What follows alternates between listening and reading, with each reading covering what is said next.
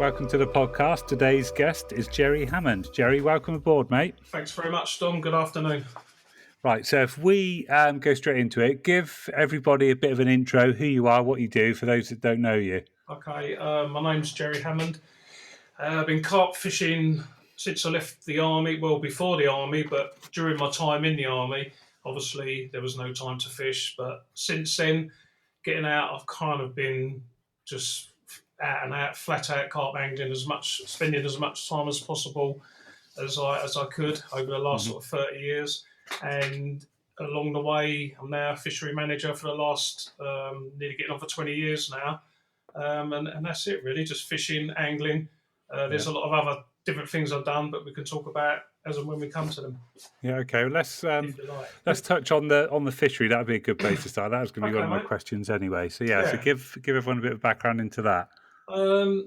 Well, obviously, it's always every angler's dream to live or be in or around water. It always was mine anyway. Being a Pisces, it all sort of comes true.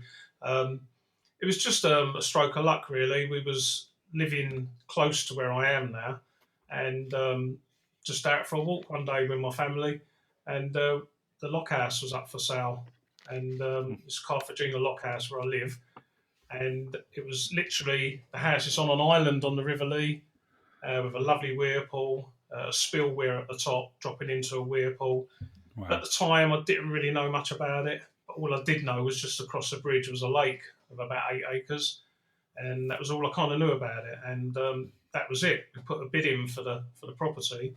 It had already been sold, apparently, so we went to the estate agent, and that's what they told us: the house was already sold. So as you can imagine, I was absolutely gutted. But my father-in-law, being the really good business type guy he is, we went into the estate agent and asked. And he said, yeah, it is sold. He said, they've made an offer. He said, so it's not really sold then, is it, until any money's exchanged hands? He went, no. So we cheekily went round to the owner and said, well, if we give you X amount of money now, does that buy the deal? And he agreed. And the rest is history, basically. We moved in. There was an 8-acre lake on site, and then further up there was another lake, but it was totally overgrown, full to the brim with lily pads, like the real evasive Nufa type lily pads. And it was redundant, really. The lake had never been used for anything apart from way back in the 70s when it had a bit of a reputation for like a fairly good tench water.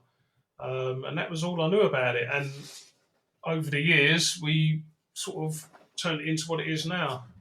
Right. Yeah, so that's sort of that bit. Lovely. And obviously, for those that don't know what it is now, what have you got there? I know it's quite a special place. What can you sort of tell us about it?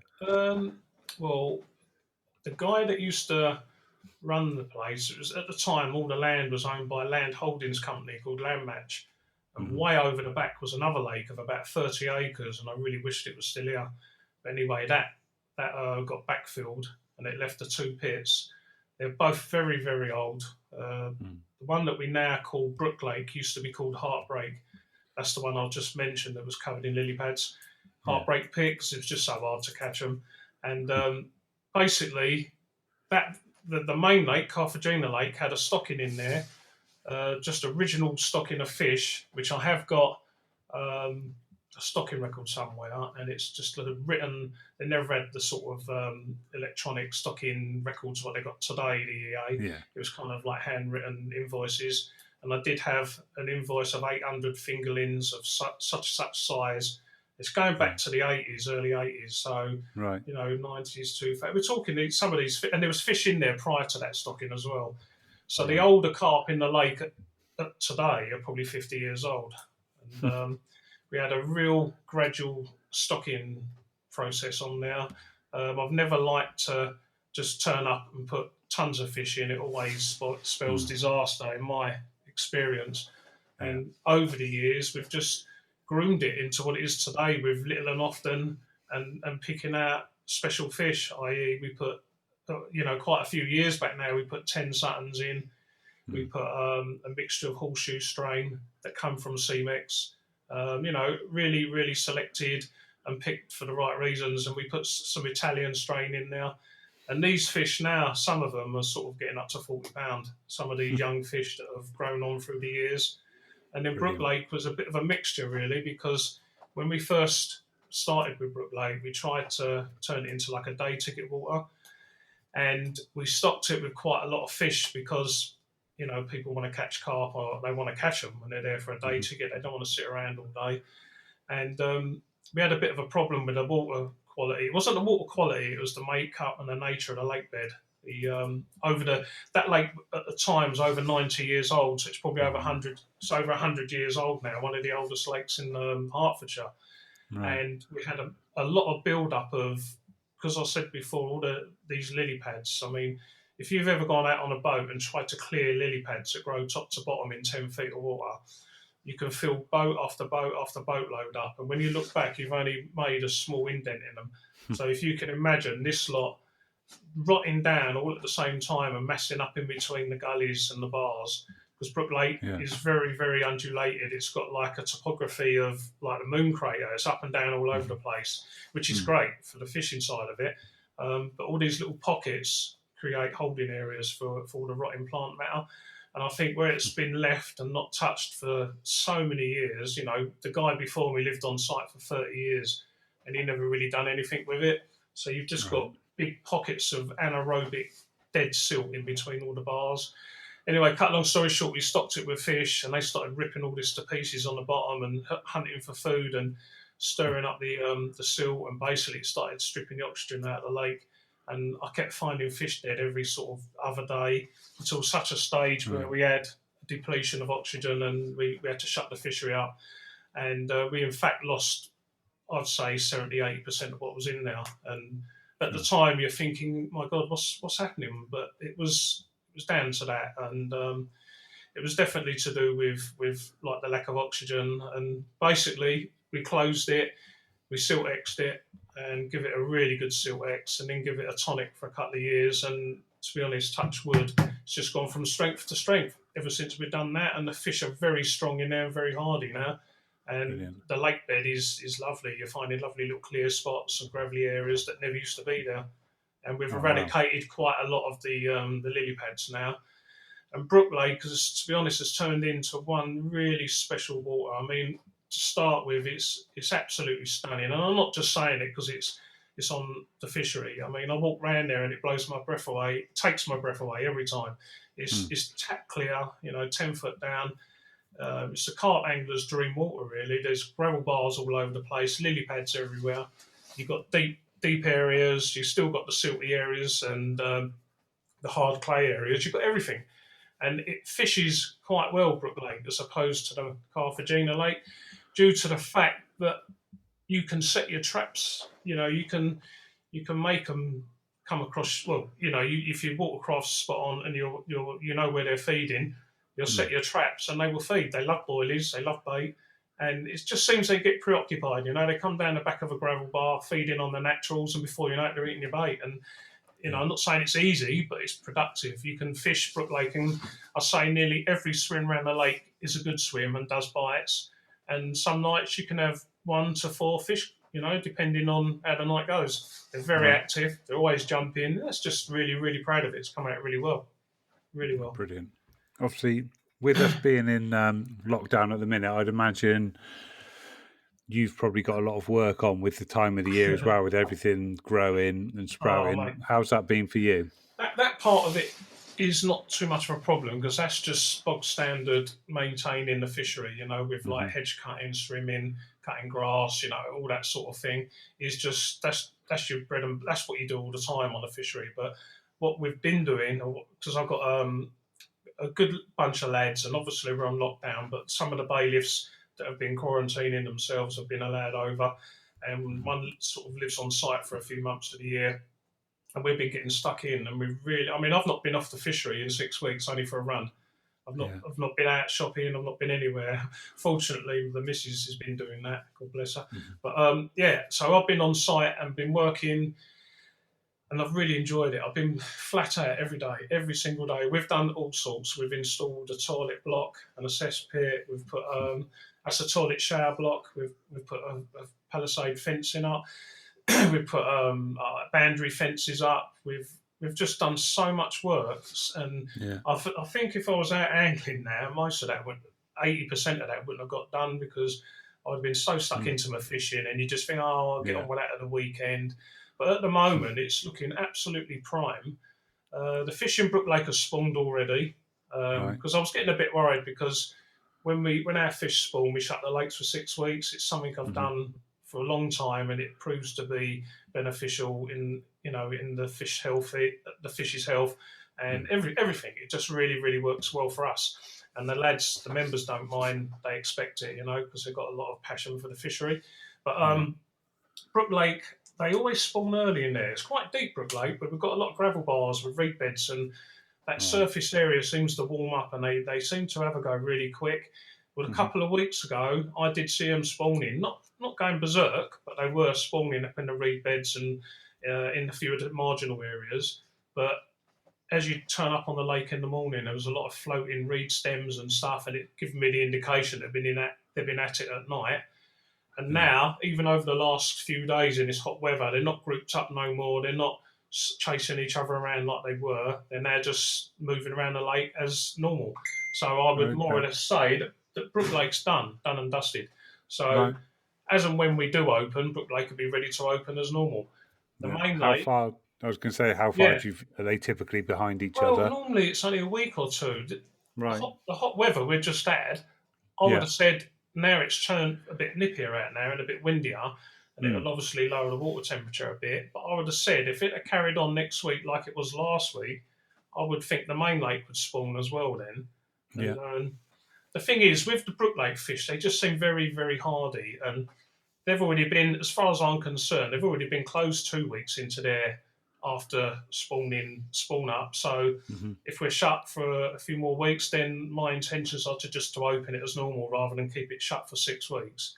Right. And then the main lake, they're a lot older in there and a lot more. I'm not saying they're fragile, but they are older, and I don't want to put them through any undue stress. So I'm hoping now that it seems like, I don't know until we find out today what comes out with Boris Johnson's chat later this evening, but I'm not sure which way it's going, and everyone seems to think as soon as they get the go ahead, it's going to be a big free for all over the lakes fishing, but it's not going to be the case. There's going to be a lot of restrictions, and it's going to be really hard to sort of monitor and control, to be honest. But we'll have to wait and see what he comes out and says. But not hoping, but if it does go on a bit longer, then the main lake would have had their rest as well, and I'm hoping that they can both open at the same time, as we generally do.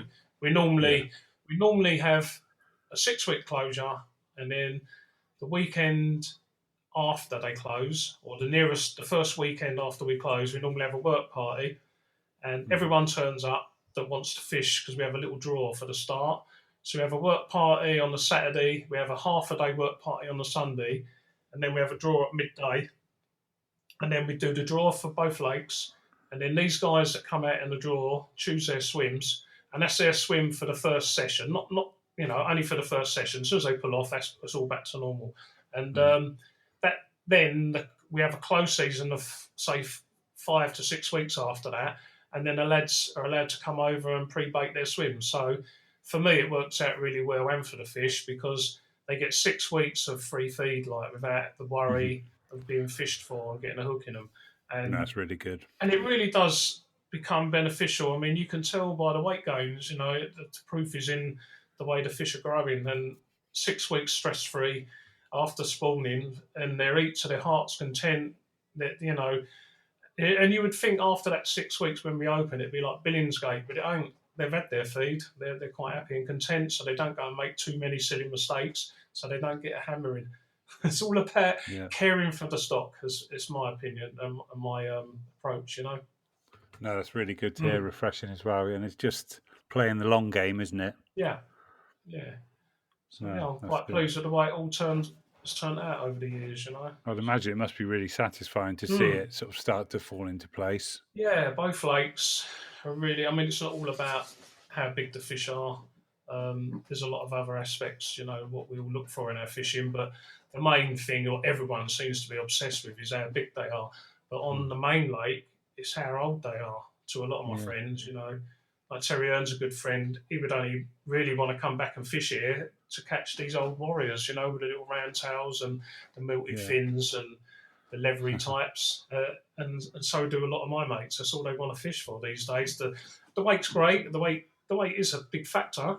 But, you know, a lot of them just want to catch these real beautiful old carp that are not going to be around forever. Yeah. You know what I mean? How did it all come about? Obviously, in terms of your angling, where did it all start with you?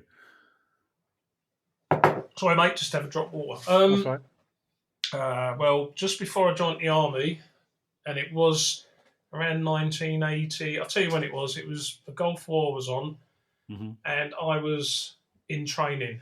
So what's that? 1980? Is it 1981? Something like that. Right. I was doing my training, and our battalion that I was due to go to, the Queen's Regiment, as far as I know, they wasn't full strength. They were overseas, and some were back in the UK, so we couldn't take a full battalion to the conflict. And Hmm. the regiment that went instead of us were the Welsh Guards, and they were on the Sir Galahad, which sadly and unfortunately went down. And that would have been us lot, like, you know. And I finished my training. I was already into fishing before I went in the army. Hmm. I kind of just got my own. I can remember my setup. My dad's friend had a fishing. He had a caravan on a fishing lake somewhere. I can only imagine it may have been Waveney or somewhere like that. I don't know where it was, but Right. it was well into his angling back then. And he taught me how to whip the eyes on. There were Fuji eyes on a glass fibre carp rod because carbon hadn't come out then, with a Fuji reel grasp, and I sent the butt sections away at Romford Angling to have leather tennis whipped butt handle wrappings put on them. They were the state of the art then. That's how long ago it was. And I had matching pair of them with Mitchell 810s. And then I got called up for the military and kind of only got them out when I came home on leave and fished with a few mates here and there, like South Weald and places like that. And Yeah. it was kind of put on the back burner for like 8 years while I was in the army. But as soon as I came out of the army, that's where I was over. I was fishing Hainault Lake before I went in the army and during my leave, where at the time there was a big mirror in there that went sort of mid 30s, 35, 36, which was a colossal fish back then, and Mm. quite a few sort of, I think Max Cottis and a fair few sort of known anglers at the time all targeted it. But when I came out of the army, I kind of slotted in back over there, and you know, you had people like Dempsey over there and Tony Moore and a few names. And I kind of slotted in back over there, and I had to that's where I sort of picked back up again with my fishing and done sort of like my apprenticeship over there, and then progressed from there basically, just fishing everywhere and anywhere. Hmm. Too many places to mention, to be honest, but Yeah. I'll tell you if you want to know.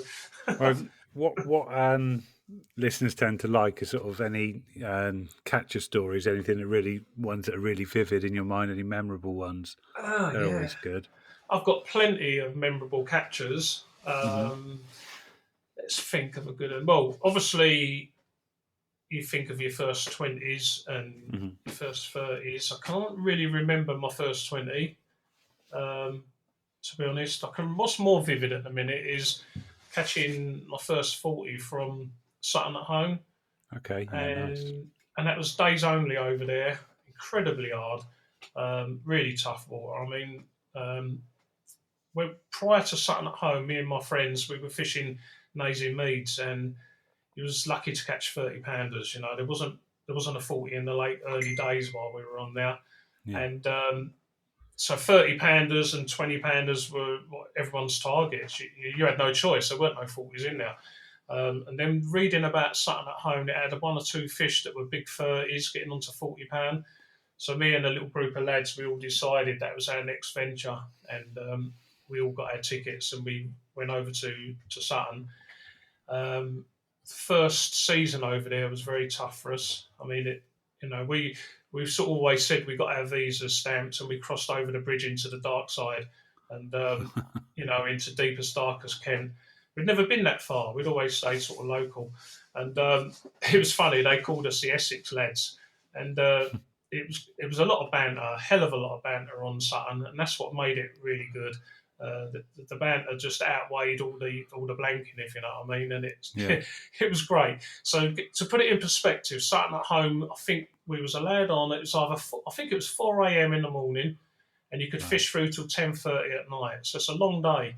So when I used to leave my house to get there for 4 o'clock, I used to try to get to the car park for 3:30, 3 o'clock, and you don't mean if I went to bed at midnight or 11:30, I only had about an hour's sleep, and I'm up and I'm driving to the lake buzzing.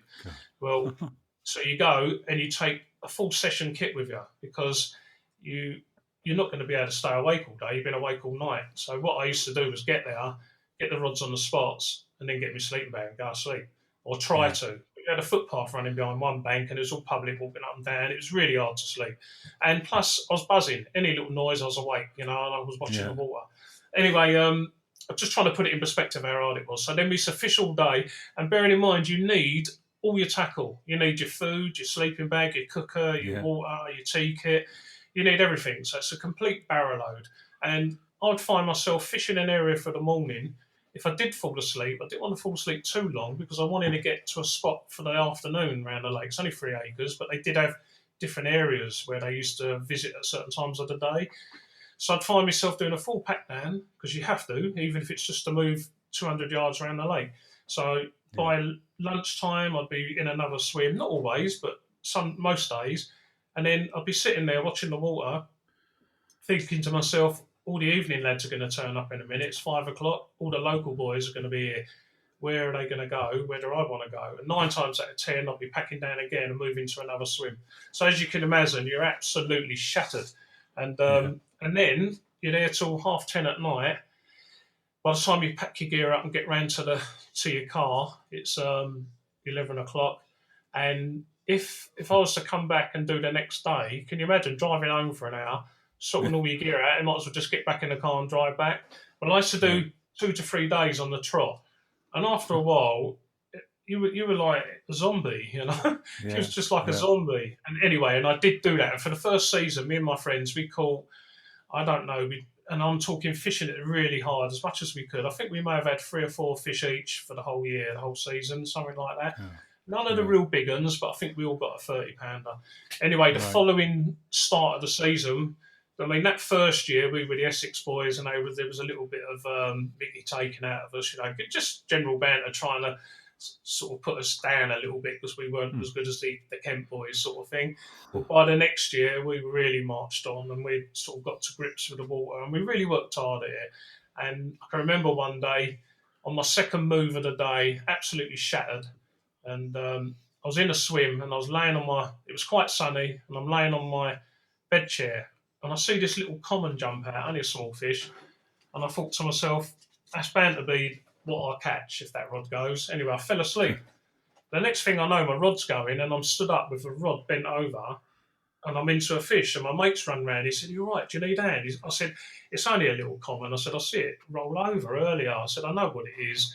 Anyway, he stood there with a net for me, and after a little bit of a tussle and a bit more of a scrap in the margins, this great big mirror rolled into the net, and it was none other than like the king of the lake. It was Harttail Gertie, which was over 40 pound, and that was my first UK 40 at 20 odd years ago now. Oh wow! And that memory will never go. Like, you know, I'm always going to remember that. Yeah. And to have my mates there with me and stuff like that, it was just unbelievable. And to be honest, after that capture of that, it just inspired me, and I worked, and as did all, like my mate Jay Willis that fished with me. He caught the fully scaled and little Gertie and blind eye. You know, all of us. I ended up catching blind eye, the other 40. I had the big common in there that goes 40. We didn't smash it up, but we really did do well there. But I think we should have done. We worked very, very hard at it. Yeah, those day sessions. Oh, unbelievable. Did you not just sleep in the car or anything like that? Yeah. Well, I done a whole, at least 2 winters, but definitely one. Me and Terry fished it. We were the only guys on there most of the time. And I swear it was the hardest bit of fishing I'd done. And we wouldn't go home. Neither of us would give in. And we were like zombies. And I can remember we used to finish at about 10:30, get in the car, go up to the garage, get some water, get some milk, go to the Chinese or the Indian, get a bit of food. And then we used to sort of sneak back to the area. Like sometimes we just sneaked quietly because you weren't supposed to, back into the car park. And I'd eat me food and Terry would eat his. And we would sort of chat about the day ahead and what we can try to possibly do to get a bite. And before you knew it, I used to just sleep in the front seat of my car with a quilt wrapped around me. And an hour later, I'd be getting up, cleaning the steam off the windows to say it looked like I'd not, stayed there all night. And then we weren't doing nothing wrong. We never disturbed anyone. And then you'd be back on the lake at 4 o'clock. Most of the time, we was the only ones on there. And I can remember one day we were sitting there absolutely freezing, and Terry's sitting on my unhooking mat. And the unhooking mat had ice all around it. That's how cold it was. And it was just getting towards the evening. And we couldn't hear the ducks on the water. There was no splashing, no birds. And he went, "It's really quiet, isn't it?" I went, "Yeah, it is." And he leant over and tapped the water, and it had formed a cat ice around the margins. And we both went, "Right, that's it. We're going home now." It was our time to say, "Right, we've done enough. We're going home." Yeah. And I can always remember we walking past one of the swims, and a guy had turned up for his evening couple of hours, and he was casting out lead over the ice. And we went, "It's froze." You know what I mean? But that's the sort of willpower. But I will say, all I got out of that winter really, and what I learned from it, is to never do it again. It was just too hard. I mean, it was like we caught, both of us caught, actually. There's a little story on the last fish I had. One of them winters was in November, and I was fishing a swim called the High Point, and I was fishing over the back of the High Point into the silty bit, and used to get a lot of bream takes in there. They were really, just slow twitching bobbing rises to the top. And you think, "Oh, not another bream." And I had a particular night where I had a bite like this, and I thought, "Oh, it's another bream." And it came in, I swear, like a crisp packet on the end. And I'm playing it in, like just turning the handle a bit at a time.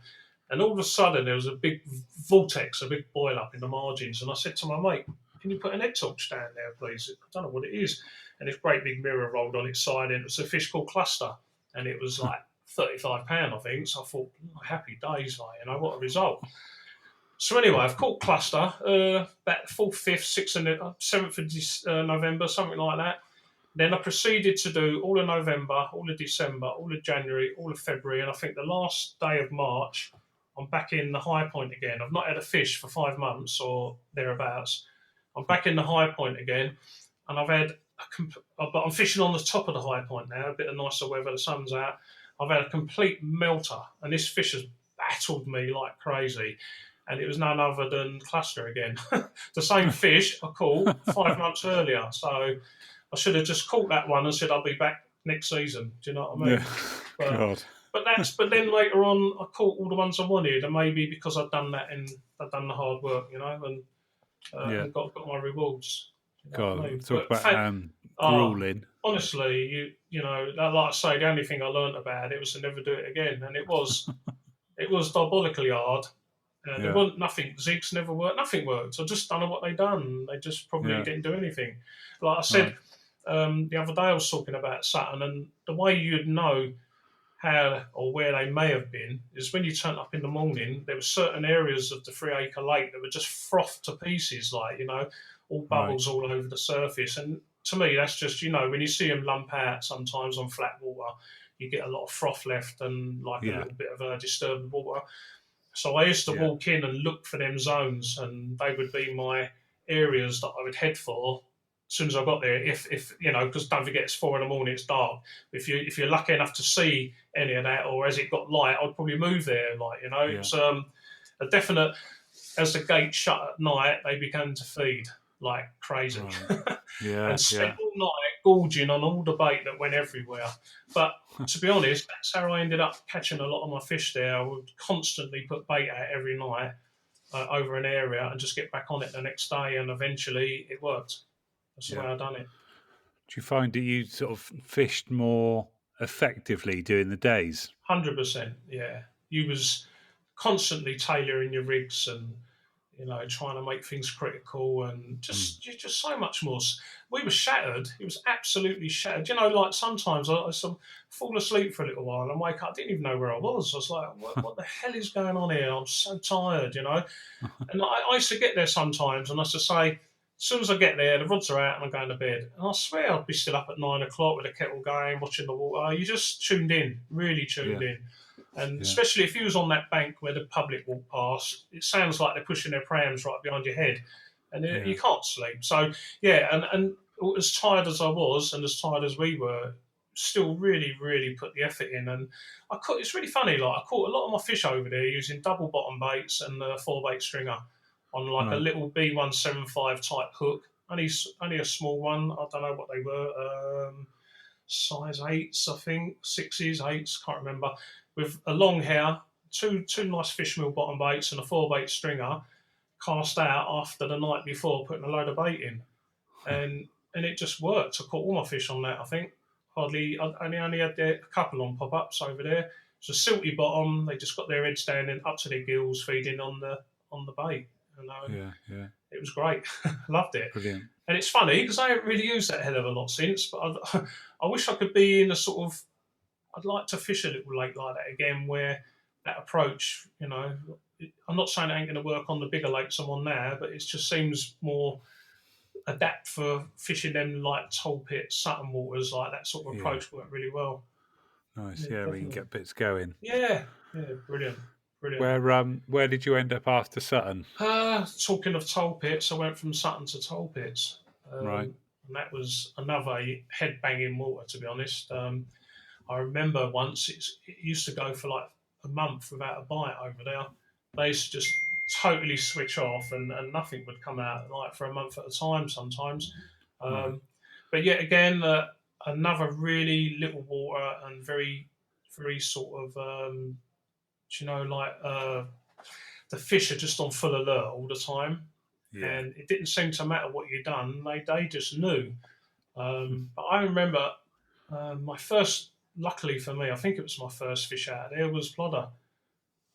The big one at the time. Well, at the time I had it was a lake record, and I can remember perfectly because it was I was where I live. There's a nice bit of the lee down the road, and I've been looking at it all close season during the traditional close season because I've seen some really good carp in the lee, and I thought, I'm going to have a go for them on the 16th, and all my van was packed for the session. And I went down. I've been watching them every day, and there were some good ones in there, some big ones, And I went down there on the 16th, and the water had gone a bit algae-fied, bit blue-green, not blue-green, but a bit green algae. And I looked at it, and there was no carp about. They'd obviously moved off, and I thought, you know what? No, I'm off. I went straight to Toll Pits, and as I got there, I couldn't believe it. No one was on the lake. No one was there. So I just thought maybe I'm missing something here. Maybe all the big fish have been out. I couldn't believe it. And there was a real gentle northwesterly wind blowing down and narrow because it's like a wider. As you walk on, it's wide and it narrows down, and the wind was trickling down there. So I sort of got down the other end and climbed up a tree and see a couple of dark shapes already on the wind following it down. So I thought, what that'd do for me? And I settled in the very end swim where the wind was blowing into my face, and down the right hand side was like a real prominent shelf that went along the right hand margin with all lily pads on it. So I kind of went round and sort of with the glasses on looked for a few spots in amongst the pads and eventually found a nice spot and settled in that swim. The other rod was put down the left margin, I think, but the right hand rod was the one that I was concentrating on. And it was quite easy to get your spot and then walk around and chuck a bit of pellet or a few boilies over your spot. Anyway, later in the day, I had a savage liner that I believe probably pulled my rig off the shelf light. It was that savage. I thought I was away. And then a real big, deep-bellied mirror showed a bit further away from me down the shelf. So I thought, right, let's have a look at this. I went round and tried to sort of find the area where the fish showed or near to where it showed and found a little spot. And then it took me about 3 or 4 attempts because I couldn't overhead cast. It was a real underarm side cast, if you know what I mean. And eventually I managed to get a rod on that spot. I went round and put some bait on it, and later on I've had plodder off of it at 43, which was like a late record so at the time. because later on, it went up to £50 in the end. But, Wow. so that was toll pits, and I didn't catch a lot out of there. I had a few. I had a really nice leather and a few others, a couple off the top, a couple of little commons, and I had another one in there. I think could be still in there. They call it Jerry's fish, and that's up at 30 now, I think. But the reason I didn't do as much time there because I was doing my film work at the time. I was down the road in Yeah. Hatfield Studios, and I was Yeah. bobbing backwards and forwards to toll pits as and when I could, But luckily, I That was going to managed. be my next question, Oh, actually, was it? mate. All right. So yeah, that moves on nicely. Tell us a little bit about that for those people that don't know. Yeah, okay, mate. Everyone asks me about it. It's just something that happened in life, and I made the most of it. And it was like an opportunity. I was at the time I was running a gym or health club, and there was a guy there that I knew that used to do a bit of acting and done TV adverts and stuff like that. So I just said to him, "How'd you get into that game? What's it all about?" And he just gave me a name of one of the agencies. And he said, give them a phone call. They might be taking people on. They might have their books open. Give them a shout. So I did. I rang them, and they said to me, no, all their books are shut. This was I think it was like May time. They said all their books are shut. Ring back in October, and we may have something, and you can come in and join our books. So I went, oh yeah, no problem. I was just about to put the phone down, and she said, you haven't got any military experience, have you? And I said, well, yeah, I have, as it happens. So she said, oh, all right, okay. We said, we've got something coming up in the pipeline. This is Friday. She said, if you don't hear from us later today, we'll call you Monday. So I was like, okay. Anyway, all over the weekend, I thought they won't ring. Anyway, Monday I did get the call, and it was, could you come for an interview up at, where was it? It was up in London, and there was the, I was trying to think of the name of the place. It was the OTC, Officer Training Centre in Cannon Street. It's a big building up there. And they said, can you come for an interview? I said, yep, 12 o'clock, no problem. So all the way, I can't remember when I had to go, but up until I went, I'm thinking I'm the only one going for this interview. But when I turned up, there was a queue about a mile long of people waiting to go in this building, and they were all chatting film work. I've done this, I've done that, and so on. And I just thought, I ain't got a chance here. Anyway, we went into this big building. As the doors opened at 12 o'clock, about another 50 people came out. So they'd already been in before us. And so we went in. There's all these great big tables that seat about 12 people. And we all sat down. And there was a sheet of paper in front of us with a load of, like a form we had to fill in. And just like a questionnaire thing. And then there was someone from the agency stood up. They gave us a briefing, and then they said, "We're looking for a certain type of person. If you get a tap on the shoulder, make your way over to that queue to go in for an interview." So, I'm on this table and I've got my head down, filling in the form, and all of a sudden I got a tap on the shoulder, and the whole table glared at me like, "Who's he? He's only, he ain't done nothing. That boy, he's got a tap on the shoulder." So I'm going for an interview now. And this is a crazy bit. I went for the interview, and there's a guy stood outside in Second World War American Ranger uniform, with the gaiters on and all that. And he's shouting out in his American accent. He's like, "Next soldier," and they're calling you in. So I've had to literally march into this, as if I'm a soldier, march into this office. Little did I know, the guy behind the desk was a guy called Captain Dal Dye, and he is Spielberg's military advisor, and he's made all the big war films, like Full Metal Jacket and Hamburger Hill, and he's had an input in all of them. He's like the biggest military film advisor in the world, I would have thought. And it turned out that the guy representing the agency that I was trying to join was stood next to this guy, and when he's asking me the questions, he was kind of, if you get what I mean, he was kind of explaining to him, because he was American, what I was talking about as regards to my army career in the British Army. And this guy was a representative from the agency.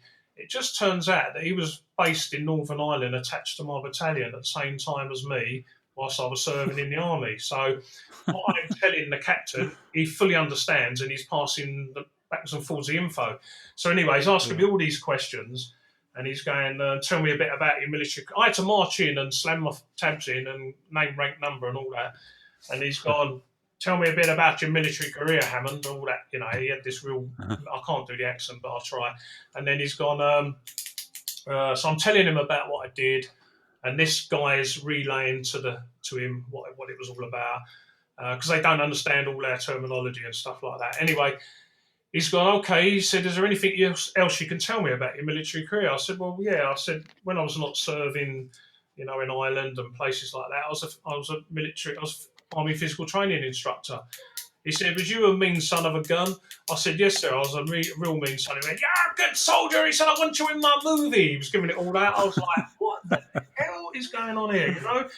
It was surreal. I just couldn't really believe what was going on. And it kind of went over my head. And I'm like, yes, sir.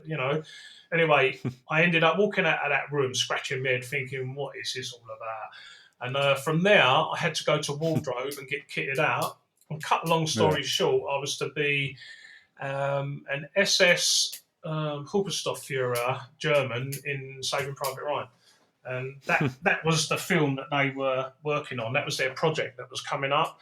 And the guy that was representing the agency, he was in charge of all the extras. There were 60 German extras on the film, and they split the 60 Germans into 2 platoons of 30, and I was put in charge of 1 platoon of 30 just through that interview, And because when the command gets, down the ranks, when they want you on set, you have to move, you have to be quick, and you have to get the guys. And it kind of put me back in charge of a platoon of 30 guys, and I was taking them on film set and getting them in position and basically doing a little bit of choreography, and it just was fantastic. And that was the first insight to film work, and I had an absolutely amazing time. I mean, it was lovely. The weather was brilliant, and we were getting fed and looked after and getting paid for it. And I was running around with an MP40 Schmeiser machine gun, firing blank rounds, and just running around Tiger tanks all day. And it was just surreal. You had to be there to, and that's why a lot of people ask me about it. So, I don't mind telling the story because I'm quite proud of what I did, Yeah, definitely. How what did it look like? I mean, what was a typical day like when you were filming? Honestly, it's just ridiculous. I mean, most people have watched Saving Private Ryan, and at the very end of the sort of film, there's 3 streets that go down to the big bridge, and the main street that goes down to the bridge, we had to get all the German soldiers in positions there. And then there was, I'll tell you like how it kind of was while they were setting the scene. They had Tiger tanks all in position. They had special effects, but explosives everywhere. And there was this other thing called squibs, and they're like little puffs of smoke that go off by your feet as you're running. They were all over the place, but all put in the right areas, in the right places. So that was all done. There was a guy walking around there's like a street that looks like a real street, bombed to pieces. And he was walking down the streets with a walkie-talkie, and he's going, turn the gas on. So they're turning gas on in these buildings. So it's like a neat flame. And what he was doing was firing like a paintball type gun, but it fired a round ball of flint into the windows and it ignited the flames. So then all the flames are coming out the windows. And he's going, no, that's too much. Turn it down a bit. Turn it down. And then he's gone, light the fires. And over the back of the set, they had black tractor tyres everywhere, and they were lighting them. So there was all black smoke going up, and then you've got all the flames coming out the windows.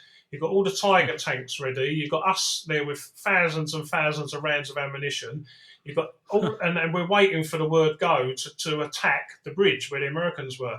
But what was the hold up? Not the hold up, but we were waiting on 2 Mustang airplanes that were approaching, that were going to dive bomb the bridge as we were attacking it. So it was all about getting it all in sync. So it was kind of like a big countdown. And when they said action, it was just like a war. I swear to God, I'm running through this town, and there's the stunt guys getting burnt to pieces behind me in a half track. They're in flames. A great big like Tiger tanks come over the ridge, and he's letting rounds off. There's just bullets, not real, but it felt like they were real. I'll tell you what, it was as real as it could be. And there was flames everywhere. There was bombs going off, and we were just running at this bridge. And then you had 2 Mustang airplanes coming on a low flyover, like as if they were bombing. And that in itself took your breath away. Like they roared over our heads. And He was when he was shouting when the director was shouting cut, no one heard it, and it must have gone on for about another £1,000 worth of ammo because we kind of tried to rewrite it and take the bridge and everything. We weren't giving up, but it weren't. Unfortunately, it weren't in the script. He was going cut, cut. We was just going for it. We thought, no, we ain't stopping. But anyway, yeah, this is our moment. Honestly, it was just unbelievable. If you was just plonked in that situation without you would have thought you was in the middle of a war. You just didn't know what was going on. It was just brilliant. Yeah, and I hope it portrayed that on the screen. You know what I mean? Because it was just absolutely amazing.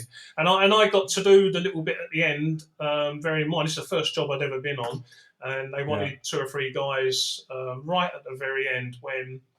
Jeremy Davis, who was the guy with the typewriter, he shoots the guy that captures Tom Hanks earlier on in the film, and he actually shoots Tom Hanks, and Jeremy Davison holds him up with his rifle, and I'm stood right next to him with my hands up, and Spielberg's gone to me like, "What's your name?" Right, Jerry, you stand there. I want you there. And when he points a gun at you and tells you to go, you've got to run off down the street and all that. And to get direction from Spielberg has to be unbelievable. You know what I mean? It's wow. Just, yeah, and that was the start of about 5 years of film work for me. I ended up, I've done Gladiator, I've done Band of Brothers, I worked on loads of stuff. I did, loads. Yeah. And it was good, it was interesting, but then when the house and the fishery started, I thought, you know what, I'm never going to be Tom Cruise or anything like that. So just put that behind me. Not so much behind me, but let's just sort of move on now, you know. What I should have done, I should have come out the army and gone drama school. If I'd have gone drama school, because it does make a big difference. We all think we can act, and then when you really get to do something where you have got an act to act and have living, it's very hard. You know, it is very hard. Yeah, no, definitely. I've noticed that just from trying to do a little vlog here and there. It is hard, isn't it? Yeah, hard. Really difficult. You know? Yeah, just to be natural. Yeah, it is. I mean, I've done a lot of stuff, and I really was doing well. I actually got my equity card. I got my own agent down in Brighton, and I was starting to get good jobs coming in. And I did an acting role in Bloody Sunday with James Nesbitt, you know, talking parts and stuff like that. And it was, you know, even in Band of Brothers, I was in with the main cast and crew. The big setback with that is we couldn't talk with American accent, you know, and can't have a Cockney American playing a part. Yeah. You know what I mean? But just to be sat there in amongst them all was enough. I was pleased with that, and I was on that for a year. Yeah. A whole year. When I went to Switzerland. Do you know what? This is when you think you actually made it in life. I'd just been working like crazy on Band of Brothers, and then they let us have a bit of holiday. Like we was working weekends, everything. They gave us a week off. I wasn't managing to spend any wages because I was working 7 days a week and nights sometimes. So I was saving up good money. And then they gave us a week's holiday. So me and my wife quickly jumped on a plane to Greece for a week. We came back from Greece on the Sunday. And Monday morning, this is no word of a lie, Monday morning I was picked up by a chauffeur, driven to Stansted, where about 20 of us got on a private jet. And they flew us to Switzerland to do the final scenes of Band of Brothers, where they filmed Berchtesgaden and stuff like that. And the end of the war, where we was playing a baseball game in the ran the airfields of the Luftwaffe airfields and that in Switzerland. And we got out there. They gave us, stayed in the most beautifulest hotel with all the mountains surrounding me. When I looked out my window, there was all people flying like hang gliders and microlights, big waterfalls. And I'm sat in my chair with the TV in front of me and a table, and I've got a glass of Remy in my hand and about £1,000 in Swiss francs that they give us spending money. And I got it on the table, supping my brandy, and I thought, that's it, I cracked it. You know what I mean? But I hadn't. I thought I had. Brilliant. I thought I had, but I hadn't. Yeah. You know, but it was brilliant times, and you know, I'm never gonna memories. Never going to forget it. So that's a short insight. What was it like when you watched it all back? It was brilliant. I actually went to the premiere for Saving Private Ryan, which was amazing. Went to the rap party and everything for Band of Brothers, and every now and then I still watch Band of Brothers, and we've got like Band of Brothers Facebook page just recently where everyone's been going on there, putting all their pictures on there, and I'm starting to see pictures that I've not seen before of myself in it and things like that, and I think, it's because I'm never in the pictures for some reason. I'm off doing something else all the time. quite Yeah. a few are sort of surfacing that I'm in, and it's nice to see them and save them for myself and look at them and bring back them memories. It's, Yeah, I bet. it's really good, really good. So yeah, Amazing and I times. was like, as I say, the whole time through most of the Band of Brothers, I was trying to fish tollkit, so I was lucky to get plodder anyway. Yeah, Really, yeah. truthfully, Wow. you know what I mean. So Hmm. yeah, that's that Oh in wow. short. Brilliant. That's amazing, mate. What's your role with Trakker? Because I know you do a bit with them, don't you? Yeah, well, I was with Nash for about 8 years, and I Right. still work with Jerry Bridger a lot doing Crafty Carper. He's a very, Yeah. very good mate of mine, and when he left and joined Trakker, thankfully and luckily for me, I also did, and I've been with him ever since. I don't know Yeah. how long I've been with him now. It must be 7 or 8 years, and I don't know, something like that. And I'm like Yeah. one of their consultants. I Mhm. go out on video shoots for products. We do all sorts. We go out making little films. I've done quite a lot of films that are all on YouTube. All sorts like what did I do? I've done when I was down on Vinatro, they come down and film the big fish mindset or something like that. Mm. Um, we've done all sorts, and then what he'll do, he'll come down and do a little like a catch up with me, and then we'll do some product stuff while he's there, and then every now and then we go away and do big sort of 3 or 4 day product shoots on a chosen venue. It's not fishing; it's more like products. Yeah. And we do all the shows, get involved in all the shows. Basically, I'm just one of their consultants, and Yeah. have been for about 7 or 8 years, something like that. And Brilliant. hopefully, it may continue. I love the Yeah. No, company. lovely, mate. Yeah, I love the company. They're a brilliant company. They've got some really good guys working with them and for them. Their products are really keeping up with the times, and they're coming out with new stuff all the time, and it's just getting better and better and better. Everything that they've got now, like my rods, I'm absolutely over the moon with. It's hard, really, Hmm. because I've been with some good rod companies, and I was with Century for a few years. And then you think, well, how can I come away from Century and and use a different Mm. rod? And it had to be done because I'm part of Trakker, and they brought out their rods, and I got the Repels in 13 and a half foot, and they're Yeah. fantastic. I mean, they're the bigger rods in the range, although they have got a long range rod now. But I know Right. with confidence I can put a baited rig out over 100 yards, and then I can also use them on the smaller lake because they're forgiving and they're through action. I use them Hmm. anywhere in the margins or banging them out as far as I can get them. Yeah. I'm really pleased, like with all their tackle and all that. I'm not just saying it; I really am. This stuff's just brilliant. I ain't got no Nice. worries at all about it. Brilliant. Brilliant. Yeah, If we just quick, I'm sort of mindful of the time we're approaching now. If I just ask you our question, and yeah, yours is from John Shoes Jones, and yeah. that's just so we were talking a bit about rigs, Okay, yeah, yeah.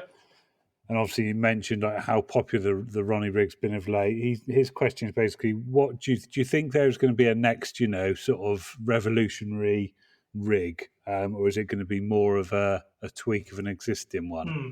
It's like the Ronnie rig when you look at it. The Ronnie rig's similar to the 360 rig. Hmm. It's a kind of rig that's been around for a long while, but all of a sudden people have put their sort of stamp on it and called it a certain rig. And it's like a Hmm. variation of rigs that people have used over the years, and now it's come to like this is the Ronnie rig. This is how it's tied up with a stiff boom, supple boom, or whatever. And I don't know. I mean, the Ronnie rig is like a variation of a load of other rigs that have already been around for years. So we've not really Hmm. moved on with that. We just made it into a Ronnie rig.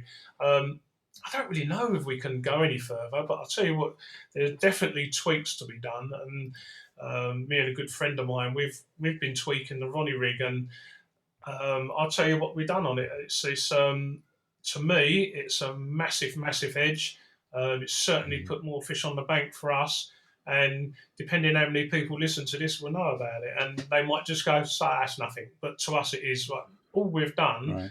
the Ronnie rig, you put the I'm just trying to think how we do it. Yeah, you put a hook bead on, and then you put the micro swivel on, don't you, to the hook bead. Yeah. We don't do that now because we found, or we was worried that the hook bead was impairing the hook holes. It was, sometimes they're quite tight, and the hook just wasn't penetrating in enough. It was kind of only Right. going in, depending on what hook you use, but only going on that first bit, and it wasn't Yeah. penetrating enough. And for it to go right in, it was stopping at the bead, and this is just what we thought. So we had a what we've done now. We put the we tie individual very fine hair now onto the. I make a loop, go through the eye of the rig of the hook, and then go over the. It's basically you've got a loop on the end of your. It's quite hard to explain without actually doing it. We put like a loop through the eye of the hook, put the ring on the loop, and then pull the loop over the barb of the hook. So you've got a loop on the back of your hook with a ring on it. Do you get what I mean? And then we do almost like a slip D. Yeah, so then you do a knotless knot on it and glue it, and then basically you got the ring on a D instead of on a stop knot, and that. I know that's nothing new in itself, but I don't ever see anyone doing it on a ronnie rig. But that is, you've got such good blowback properties on it, and whenever that bait's taken in and blown back, that ring is way back. Whereas with the bead, basically you've got nothing there. You've got no bead on your hook. You've just got the ring that's shot back to the eye of the hook, and then the hook's got all that freedom to go in as far as it needs to go in without getting any sort of thing. And basically it makes it free to go right in the hook without a bead there. The bead may not do nothing, but in my mind it does. So me and a friend have been using that to really good effect, and very rarely lose a fish due to the to hook pulling. They normally go in and they stay in, and I've been using that. It's it's a little bit fiddly to tie up, but once you've got 4 or 5 tied up, they last for a while. And then you put your shrink tube over the top as normal, and your little swivels and that. But it really is a very tidy setup, and it looks really nice, and it's very, very, it just works. Do you know what I mean? You've got to try it to see it. Yeah, brilliant. Okay, mate, great. Thank you. Anyway. Yeah, that's brilliant. Have you got a question we can ask our next guest? Yeah, at Trakker, I got asked this question a little while ago, so I'll pass it on to you guys. Basically, when you're on the bank, what is your 5 essentials that you like or can't go without? 5 essentials that you think you need to take with you. Mine was Trakker orientated because most of my stuff's Trakker anyway. And I can remember mine was my rods, obviously. I can't go fishing without the rods. And then I kind of give the reasons why. And then my bivvy. I need a shelter that I've done lots of time just under an umbrella. And when them insects come out and start driving you insane, it ain't fun.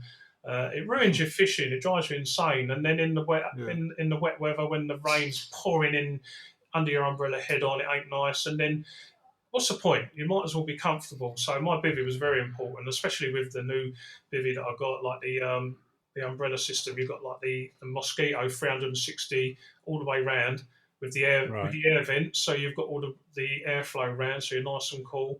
And that's how it went. So I had my rods, my bivvy. I think it was my glasses, obviously. Would never go without them anywhere. I mean, as far as I'm concerned, I can't fish without my glasses.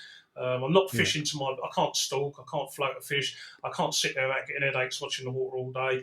So glasses are a big, necessity for me whilst I'm angling. So that's a question, really. What are your 5 top essentials that you need and you would not go without? Whether it's binoculars, cooker, whatever. You know what I mean? That's great. Yeah. All right, awesome. How long have we been going, by the way? Nearly, we're a minute off an hour. Okay, God, I only said about 10 minutes.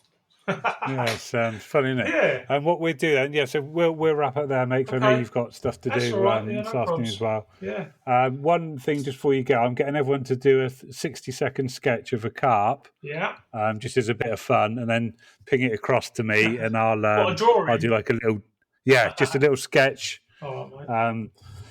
Pencil on a pad, and if you can film it, that's ideal. Just but take the key is to do it within 60 seconds, and then we just as a bit of a laugh. I've asked everyone to do it, and we do like a little joke competition at the end of lockdown. Yeah, no worries, mate. No worries. So awesome. All right, brilliant. Just before I go, I'd just like to say to everyone, keep in there, boys. We're soon going to be out at the end of all this. This ain't going to go on forever.